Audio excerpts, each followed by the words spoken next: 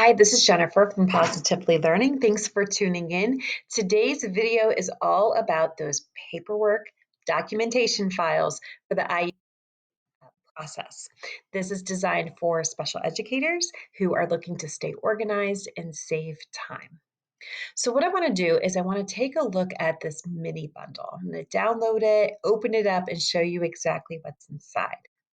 As you're watching this video, you can take some notes and you might be thinking, I already have a lot of these things, whether it's from past experience or whether it's something that's provided already to you from the school, the district, or the IEP system you use. And that is perfect.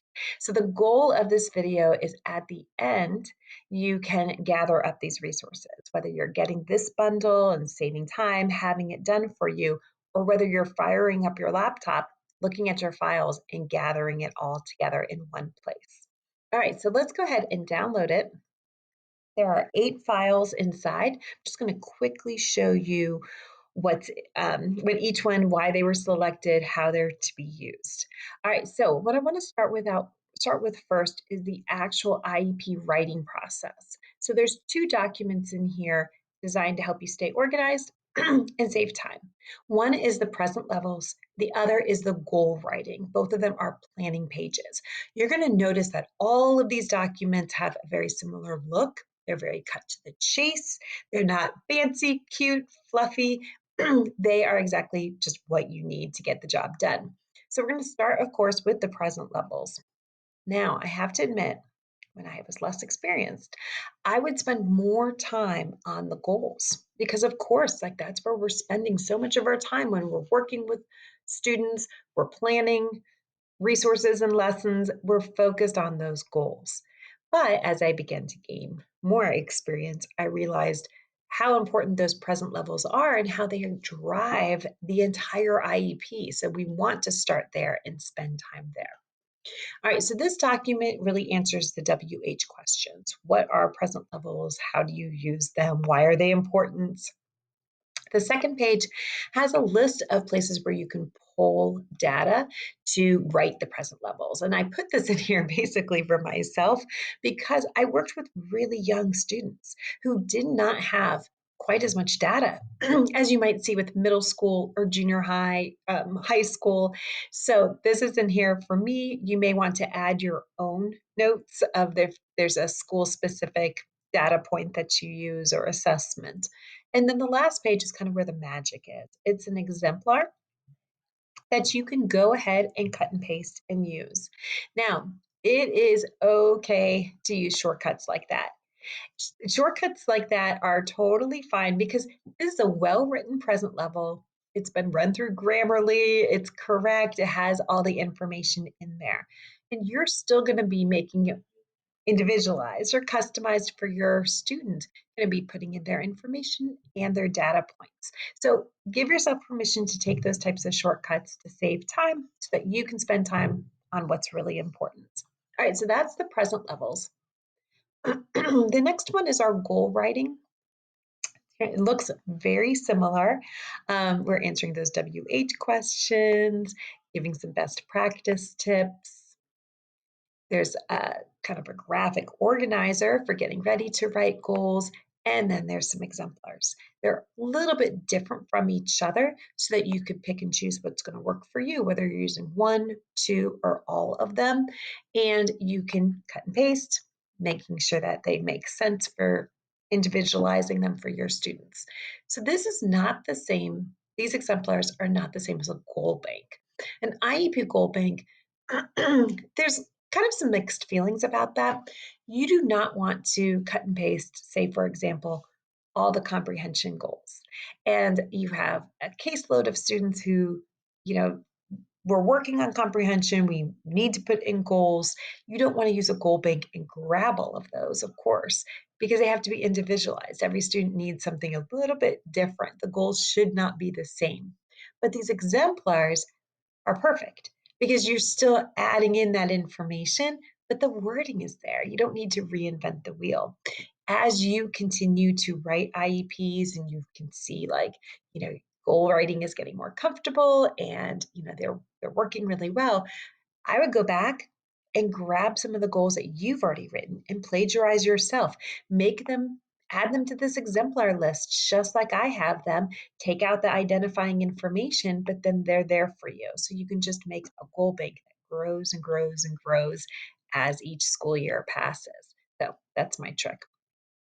Okay, so those are the IEP writing process documents designed to help you. The next are a little bit more organizational.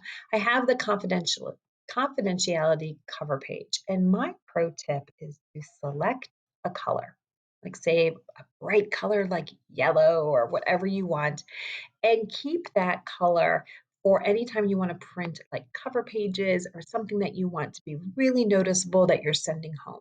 So this would be, imagine it with your favorite bright color.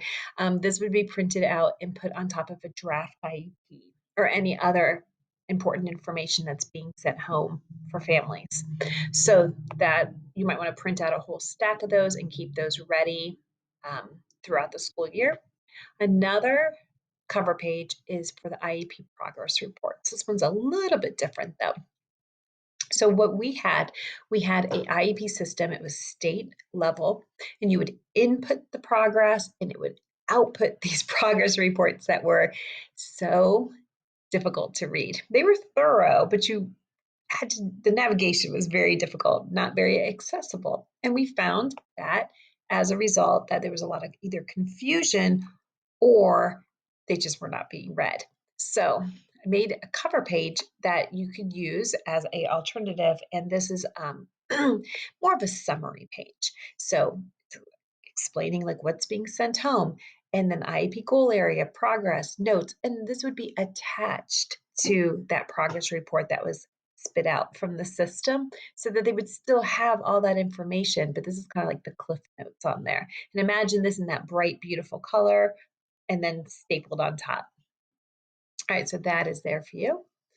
Another or two more, more organization documents.